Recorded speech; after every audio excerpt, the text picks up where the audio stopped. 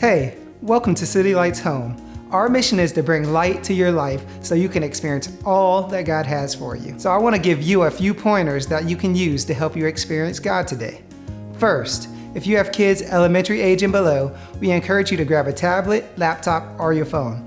Then go to wearecitylights.com. Right on the front page is a tab that says Pre-K and Elementary. Click on whichever age group is relevant for your kids, and there they can watch a service experience that is geared just towards them. Second, if you have kids in middle and high school, we encourage you to watch service together as a family. Third, engage with us online. Leave comments, feel free to sing, even shout down the preacher. Your engagement will increase your ability to experience God. Lastly, share today's service on your feed. This is a super easy and effective way to invite your friends and family to church. Thank you so much for inviting us into your home today. Now lean in and let's experience God together.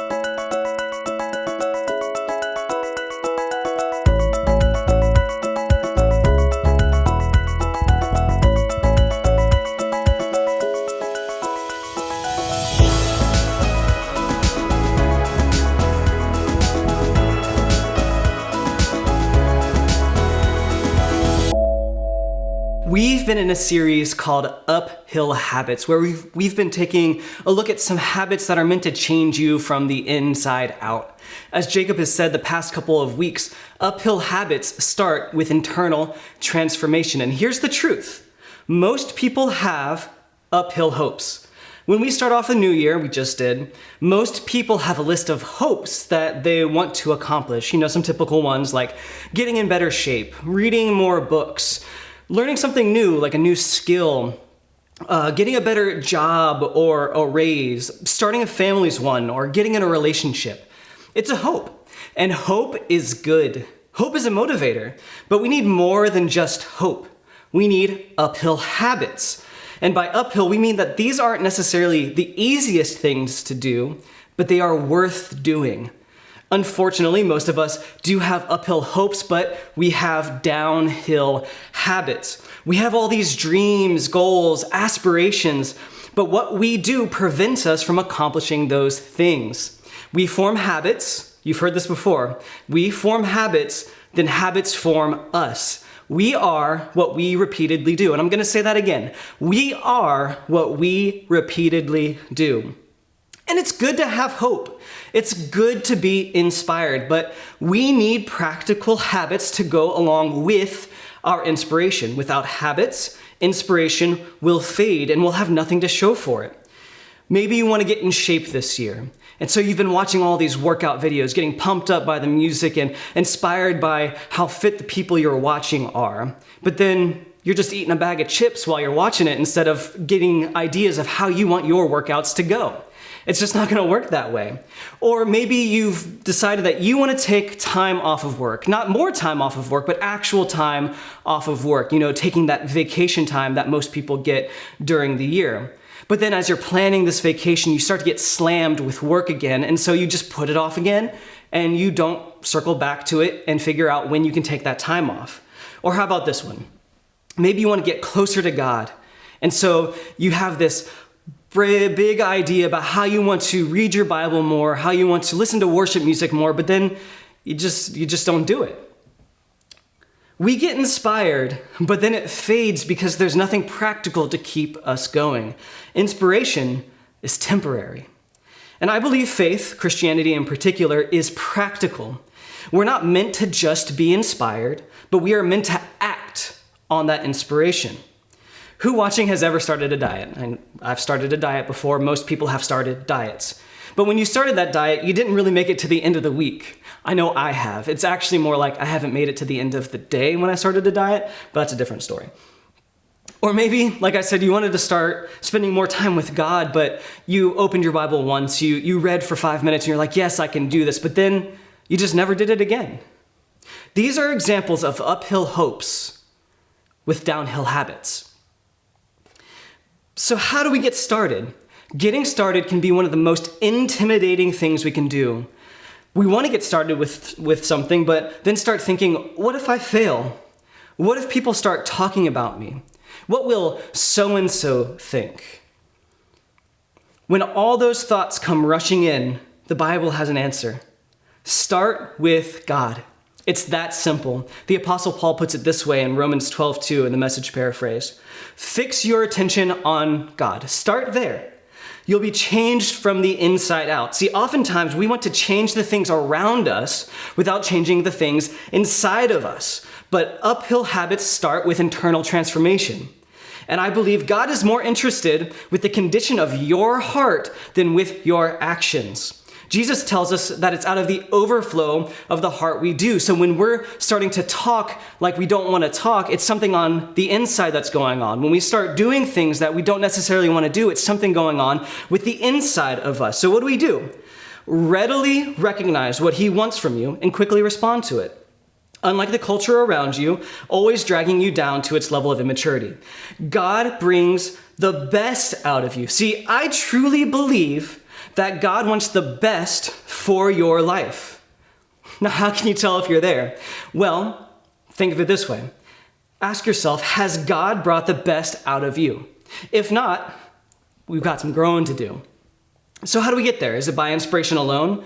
Paul continues and says that God develops well-formed maturity in you. Develop. Take steps. Use these uphill habits we've been talking about. You don't become your best overnight. It is a process of following Jesus. We've been looking at some uphill habits the past couple of weeks, and Jacob has talked about the habits of getting control of your thoughts. We'll never change our lives until we change the way that we think. And last week he talked about aligning your life with God's purpose. So how do we get our lives in alignment? What does it look like to have a life in alignment with God? And how do we live by design, not by default? So make sure you check those messages out if you haven't seen them yet. They're on our YouTube channel as well as on wearecitylights.com. Now, this week's habit, I have the privilege to talk about one of the most important uphill habits that we've talked about so far. And honestly, it's shaped you more than you have realized. I can guarantee that. The habit is this: choose my relationships carefully. We have to choose our relationships very carefully.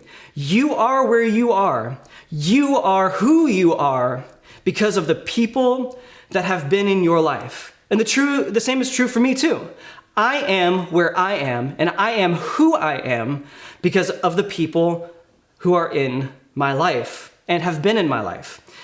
And good or bad, some people you had by choice, and other people you didn't really get to choose. The people that you did get to choose were your friends, your schoolmates that you hung out with. The people that you didn't get to choose is your family, and sometimes those are the hardest relationships to work with.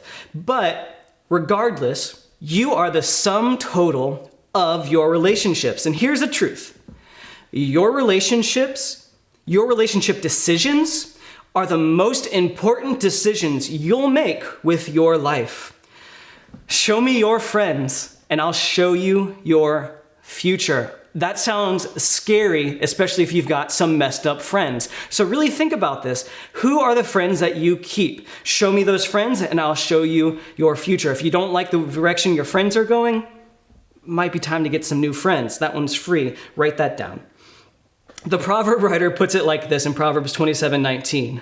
A mirror reflects a man's face, but what he is really like is shown by the kind of friends he chooses. And in other words, the mirror can show us who we are externally. You can see your face, your hair, your eyes, so you know what you look like. But in order to know what kind of person you actually are, get to know your friends. That's how I can get to know you better, is to know who you hang out with.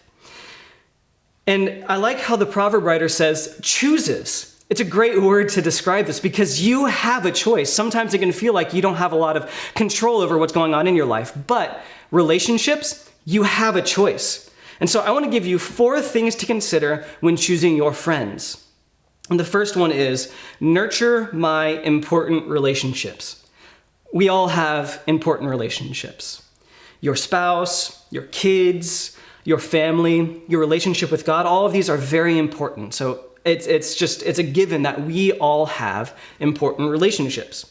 So you can't say my friendship, my marriage, my whatever with so-and-so just isn't as good as it used to be.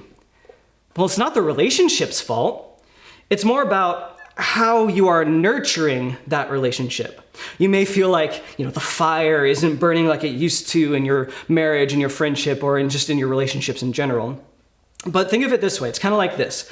If you have a fireplace, there's a fireplace right behind me. So if I had a fireplace and you look at that fireplace and you say, man, there's no fire in that fireplace, you wouldn't say that, that fireplace is broken.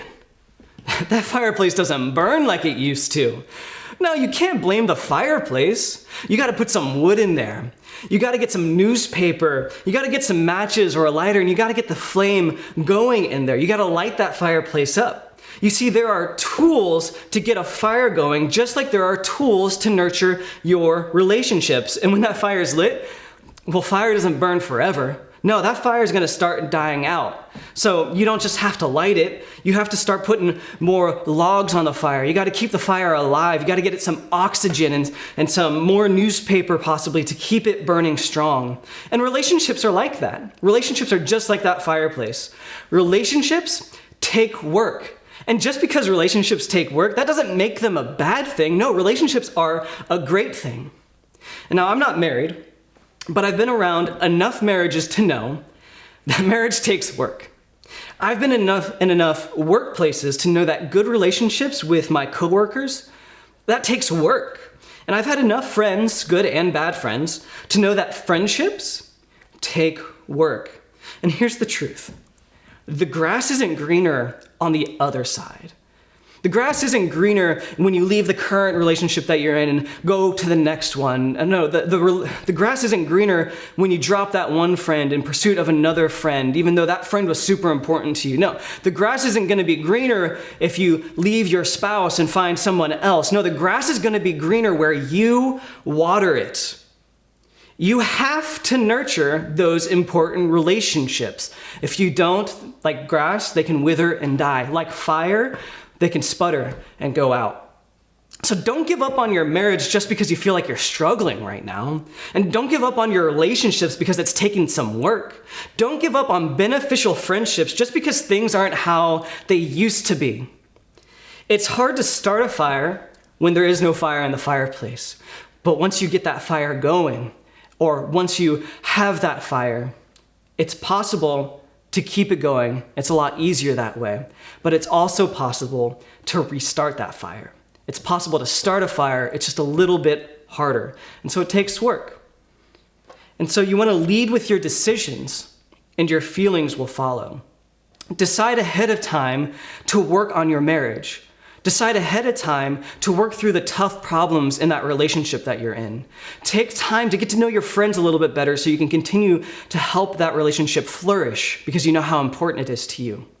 Relationships take intentionality. That's just the bare bottom truth. And I don't always get this right. If you don't know this about me, my default mode is work. I love to work. I mean, I could just work all day and not bat an eyelash. And then a couple days will pass where I've not seen a single person. Now I love people. I need to be around people in order to get energy and to function. But I love to work. And a lot of times I find myself choosing between working and spending time with the people I love. Put another way, I'm faced with a decision. My decision is, do I hide away and risk the fire getting weaker in these relationships, or do I get tough? Do I go outside and then get some extra wood to keep that fire alive and flourishing? Do I reach out to the friends that are around me that I haven't seen in a while? Am I intentionally getting to know people better in those important relationships? And now it's taken me a long time, but I've now had to pre-decide. I've had to make a decision ahead of time that if the choice is between work and people, the answer is always be with people. Friends, don't put unnecessary things in front of the people in your life. Work is good. Don't misunderstand me. Work is good. But if work takes you away from your relationships, your priorities are out of order. Shopping is not bad. But if your shopping puts a financial burden on your marriage, your priorities are out of order. And getting your priorities in order, nurturing your important relationships, well, that's about the most loving thing you can do. And just like me, you won't always get this right. But Peter encourages us like this in 1 Peter 4, 7-8. The end of all things is near. All right, that's not really the encouraging part, but this next part is, I promise. Therefore, be clear-minded and self-controlled so that you can pray. Above all, love each other deeply because love covers a multitude of sins. So love deeply and nurture those relationships. And that's my first thought. The second one is restore my broken relationships. And I know that this is painful for a lot of people. And I know that's true. I know that every relationship also isn't able to be fixed because the other person may be unhealthy or may not want to play fair in restoring the relationship. Paul addresses this though. He writes in Romans 12:17-18, do not repay anyone evil for evil, if it is possible. And sometimes it's not possible. But if it is possible, as far as it depends on you, the onus is on you. You got to think this through. If it's possible, as far as it depends on you, live at peace with everyone. See, if you can't live in peace with them, at least live in peace with yourself. Settle that matter in your heart. Say, I'm going to forgive them and let go of the bitterness, to let go of that anger, to let go of the resentment. And I know that's hard, but you know what the beautiful thing about forgiveness is? Well, it doesn't require the other person to agree to that forgiveness. You don't need the other person to accept your forgiveness in order for them to be forgiven by you. You can settle that matter in your heart and not let it bother you anymore. And of course, that's typically harder said than done. I'm not clueless. I know that's true that it can be hard to do something like that. But Jesus addresses this in the Lord's Prayer. You know the one, Our Father in heaven. Yeah, that one. I think it's interesting that Jesus includes forgiveness in the Lord's Prayer. He doesn't mention a lot of things in that prayer. There's a long list that I probably would have added into that prayer. He could have mentioned praying for your family, but he doesn't. He doesn't include praying for your job, your boss, your coworkers. He doesn't even really ask you to pray for your church. But what he does do is he asks you to pray for forgiveness. Forgiveness is one of those things that he included in the Lord's Prayer. And it follows right after the daily bread part. You know, give us today our daily bread. Then right after that, it says, forgive me. That means that this is a daily prayer. And that's because that this can be a hard thing to do. Every day I need to ask for forgiveness for myself, but I also need to ask for forgiveness for the people who have wronged me. And I'm thankful for that forgiveness from God. Because that this is a daily prayer, that means that forgiveness is a daily act. Jesus says, forgive as the Lord has forgiven you. So we must forgive people to the same degree that God has forgiven us. And let me tell you that's wholly forgiven. There's no amount of us that has been unforgiven in Christ. And so I don't know about you, but God has forgiven me for so much. So I must extend that same forgiveness, that same grace to others. Let's think of it this way. Unforgiveness, that feeling in your heart where you just despise someone because of something they've done to you. Unforgiveness is like setting yourself on fire and hoping the other person is burning up. It doesn't work like that. This is how Paul puts it in Colossians 3:13. Bear with each other and forgive whatever grievances, whatever wrongs, whatever someone else has done to you, whatever grievances you may have against one another. Forgive as the Lord forgave you. Forgiveness and repairing relationships, if it's possible, can be one of the most rewarding relationships decisions you make. The next one, though, is a big one. First, we're nurturing our relationships. Second, we're forgiving and repairing our broken relationships that are possible to be repaired and fixed. Third, and this is a hard one, cut out any harmful relationships. And I'm not talking about your spouse. Don't get this wrong. I'm not talking about your husband or your wife. Don't turn to your spouse right now and say that Nick told me to tell you that you have got to get out. No, it's not like that. No, you know what I'm talking about. You know what I mean. I'm talking about those relationships that you know aren't good for you. You know, those relationships that you know need to go. It's that flirtatious relationship that you know you don't need to keep entertaining. That's just been consuming your thoughts, even if you're spending time with your friends or your husband or your wife or that person you're in a relationship with. You know, you need to cut out that person that you just keep gravitating back to on the job or on social media. It's time to cut that relationship off. Those friends who keep encouraging you to do things that are against your values, it's time to leave them behind and start walking toward the healthy relationships God has called you to. You know, as we talked about, you are where you are. You are who you are because of the relationships you have chosen. So make wise choices in your relationships. He who walks with the wise grows wise, but a companion of fools suffers harm. Put another way, in 1 Corinthians 15:33, do not be misled. Paul is saying here, don't be confused. No, don't be led astray. Don't be naive. Don't be bamboozled. And this is a huge point. Bad company corrupts good character. Don't try to fool yourself that relationship you know you're not supposed to be in, that workplace fling that you keep entertaining, that person that keeps consuming your thoughts, that person that you keep flirting with on social media, don't try to fool yourself and say something good's gonna come out of this relationship. That relationship will not produce anything good. It will not. I promise you. Why? Because bad company, that person who is bad for you, that bad influence, bad company corrupts. You can have all the good intentions in the world with that relationship, but get around some bad company, that person that you're hanging out with, and all of a sudden your character gets tainted little by little. And if you're not careful, your character can be totally destroyed. Bad company corrupts good character. So make wise decisions in picking your company. Now, we've talked about nurturing your relationships, restoring your broken relationships, and cutting out those bad relationships. So here's the last of 4 choices we need to make. Initiate some meaningful relationships. Now, this one's good. The other one's kind of got dark there a little bit, but this one is just happy all around.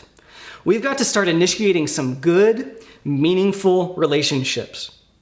I hear all the time that someone says that they want a mentor. They want someone who can take them to the next level. They want someone who can help them in some kind of way, like, getting in counseling. We really do believe in counseling here. And so that we believe that relationship is important if you can find someone who will counsel you. But then they never really take steps, or they start making excuses about why they can't do that very thing. Oh, no one would want to mentor me. Oh, no one can help me take the next step in my faith journey. Oh, no counselor is available to see me. No, that's not how this works. They have this desire to form meaningful relationships, but then they fall short when it comes time to act. So sometimes sometimes we, I'm not exempt from this, we keep hanging out with the same negative people. But you can initiate meaningful relationships. You can initiate some relationships with people who bring you up instead of tearing you down. You can initiate some relationships that give more than they take. You can initiate some relationships that are beneficial to everyone involved. The author of Hebrews says this in chapter 10, verse 25. Let us not give up meeting together, as some are in the habit of doing, but let us encourage one another, and all the more as you see the day approaching. So we want relationships who are going to encourage us, and we want to encourage them as well. This says to encourage one another. So you just don't want to keep taking and taking and taking, but you also give. Now I hear you saying, Nick, everything is closed down. How do you expect me to go and meet people and initiate meaningful relationships? And I get it, I do. But this is so important that you have to get, creative in how we do this. I'm an extrovert, and as I mentioned earlier, I need people to feel energized. So I get that this time is hard. It's hard to form new relationships. It's hard to feel connected with people when you have to use text messaging or phone calls and you can't see anybody in person. I get that it's hard, but Zoom and FaceTime and other tools like that are great, so use them. Safely get out to a friend's house that you trust and begin building those relationships. Don't let those suffer just because we're shut down and things aren't as open as they used to be. We have so much technology at our disposal now that there's no real excuse not to develop your relationships. For all you introverts out there, think of it this way. Using technology allows you to meet people while you control the environment. So whenever it gets too much, there's too much stimulation, or you just feel like you need to go, you get to do that because you have control over your environment. Use whatever method makes you feel comfortable and develop some meaningful relationships. Now you're probably wondering where you should start. I've given some practical examples, but what kind of relationships should you develop? What I want to do is show you 3 relationships you should have in your life. And what I mean by that is if you don't have these in your life, that means you need to get them. The first one is develop my relationship with my church. Now I know that this isn't that easy as it used to be with us being online only for this season, but we encourage you to engage weekly online. Tune in early. We start this stream 10 minutes early for a reason. Use the chat box, talk with each other. It might be awkward, but get involved with the message. Type out some amens, hit me with a that's good now and then. Use the reaction buttons on Facebook when you get inspired by something. In this season, really in all seasons, but this one specifically, you're going to get out of this what you put into it. Another way to get involved in this season is small groups. Starting the week of January 25th, we will start having small groups again, and we'll have both in-person and online options. And I want you to know something. I want you to know this. Hear this. You belong here. There is room for you here at City Lights. So we encourage you to join a group and get involved with your church.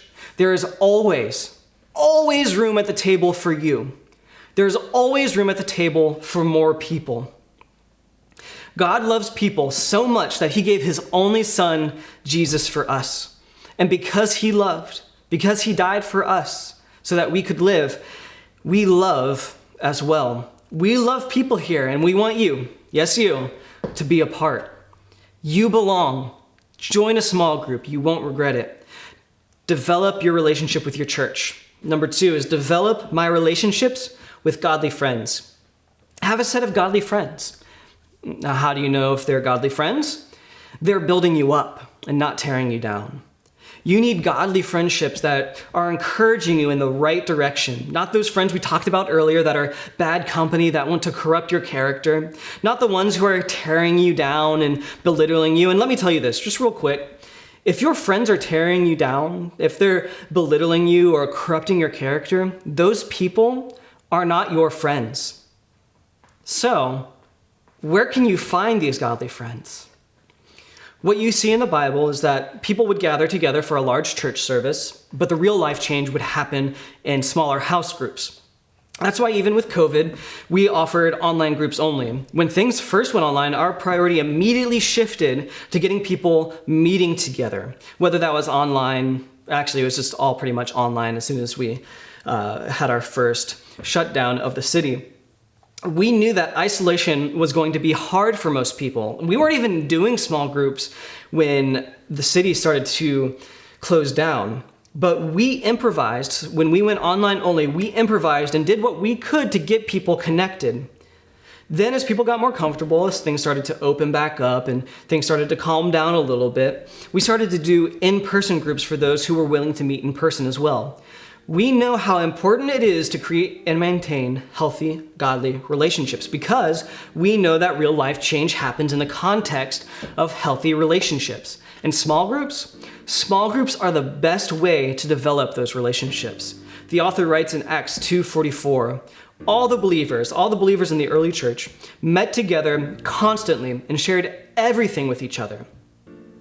See, we have to have relationships where we share what's going on in our lives. Here's what I know. We all wear masks.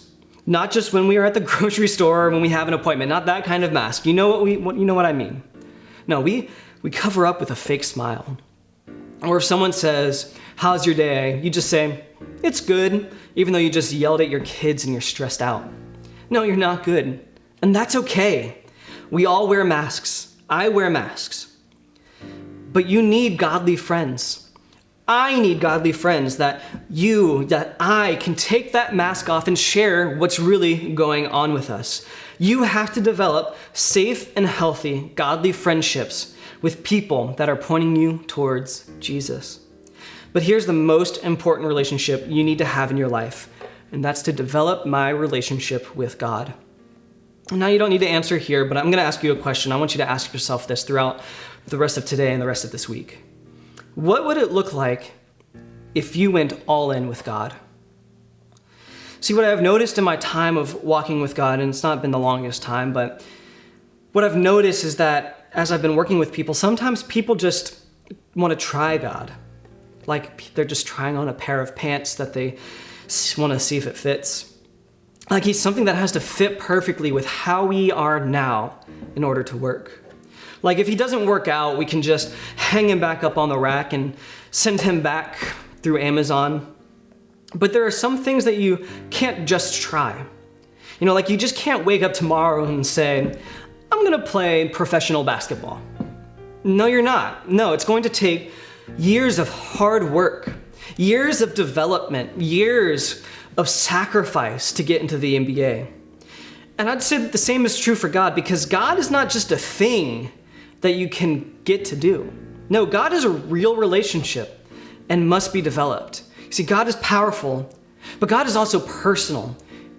We have to develop that relationship with him, not for his sake, for our sake, so he can continue to form us into who he's called us to be that image, that reflection of Jesus.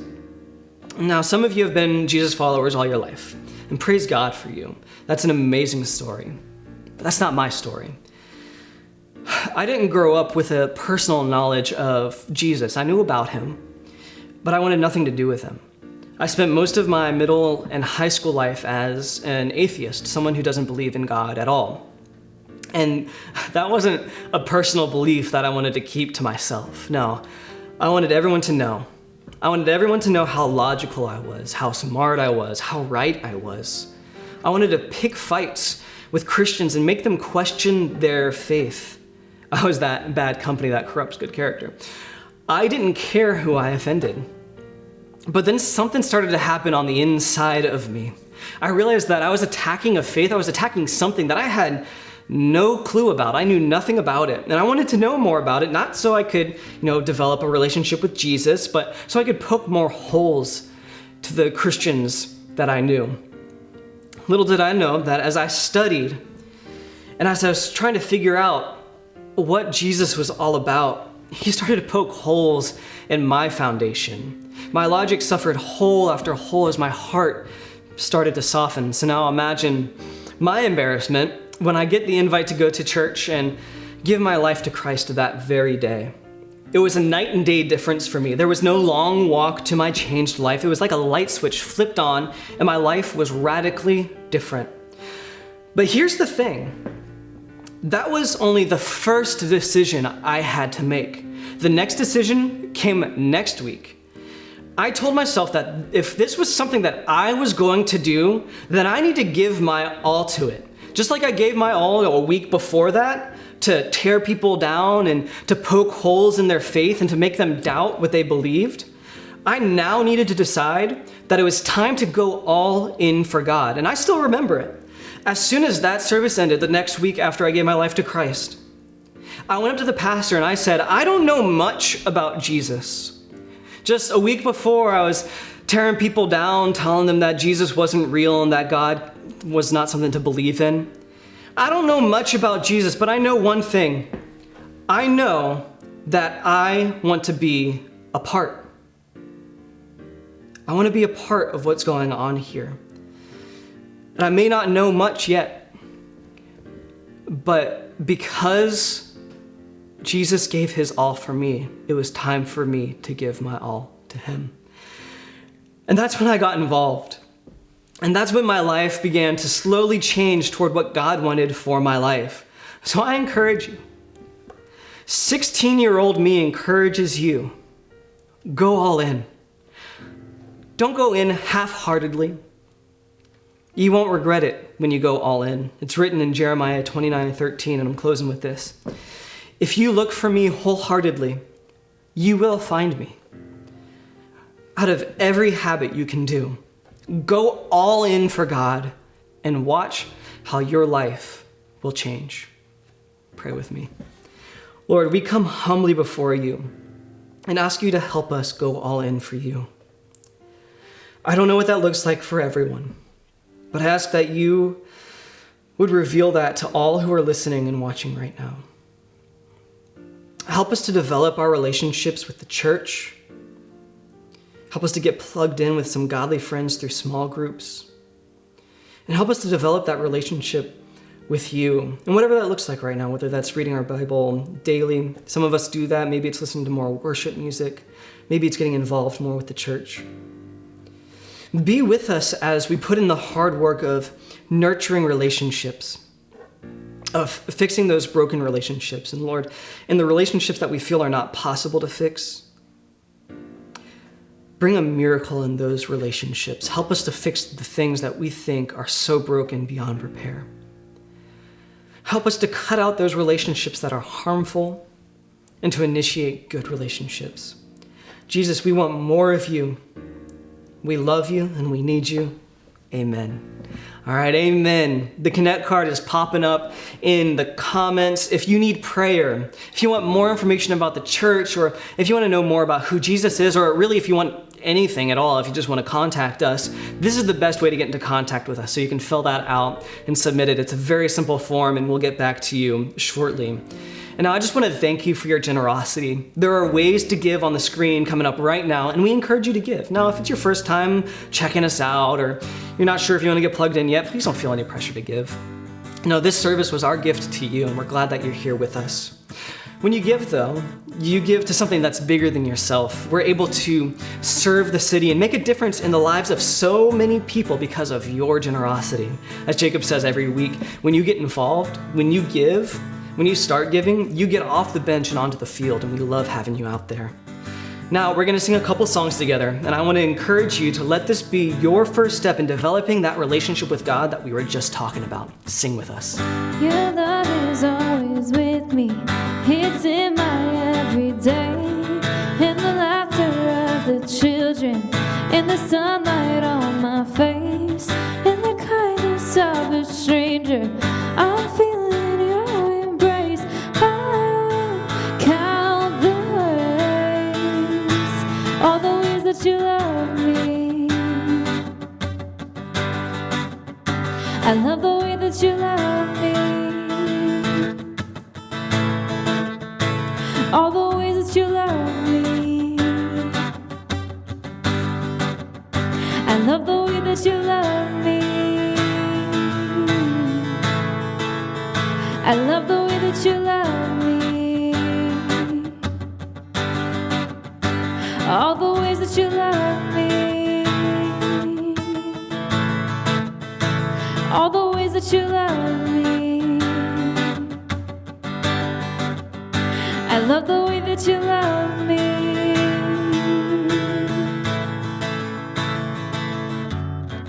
When all around is shaking and hope has gone astray, my sinking feet found bedrock, I will not be afraid.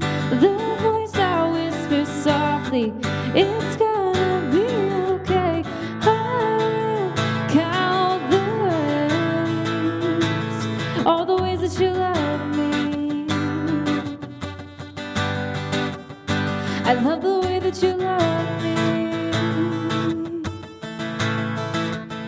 and all the ways that you love me. I love the way that you love me. And oh, how great is your love. I will count the ways that you love. I will remember all the ways that you love me, and I will remember all the ways that you love me, all the ways that you love me. I love the way that you love me. All the ways that you love me. I love the way that you love me. And all the ways that you love me. I love the way that you love me. All the ways that you love me. I love the way that you love me.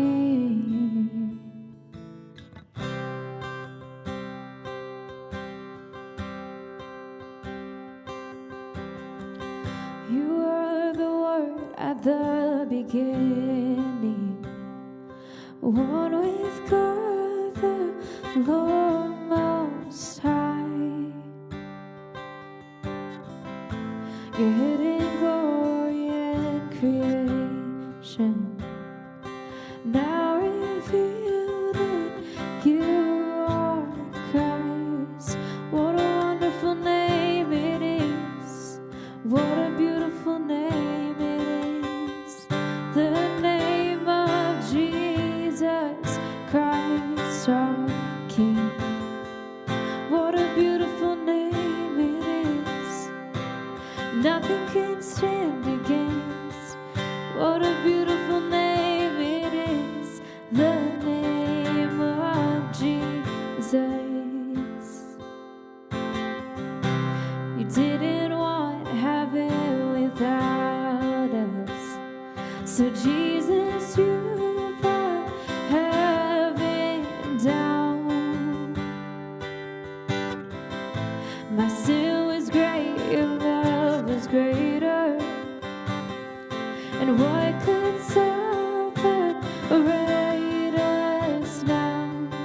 What a wonderful name it is. What a wonderful name it is. The name of Jesus Christ our King. What a wonderful name it is. Nothing compares to this. What a wonderful name it is. The name of Jesus. What a wonderful name it is. The name of Jesus.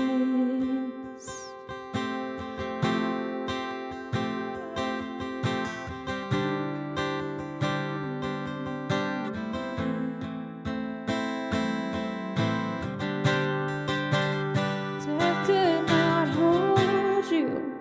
The veil tore before you. You silenced the boast of sin and grave. The heavens are roaring the praise of your glory. For you are raised to life again, and you have no rival, and you have no equal. Now and forever, God, you reign. And yours is the kingdom, and yours is the glory. Yours is the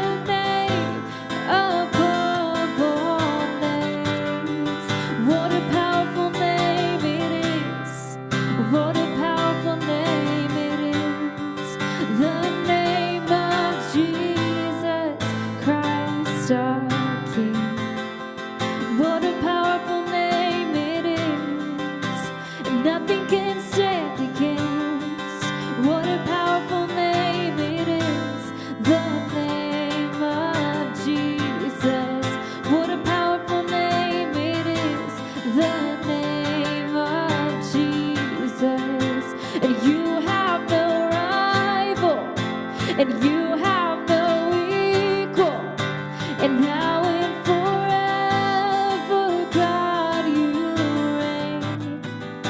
And yours is the kingdom, and yours is the glory. Yours is the name above all names. What a powerful name it is. What a powerful name it is. The name of Jesus Christ our King. What a powerful name it is. Nothing can stand against. What a powerful name it is. The name of Jesus. What a powerful name it is.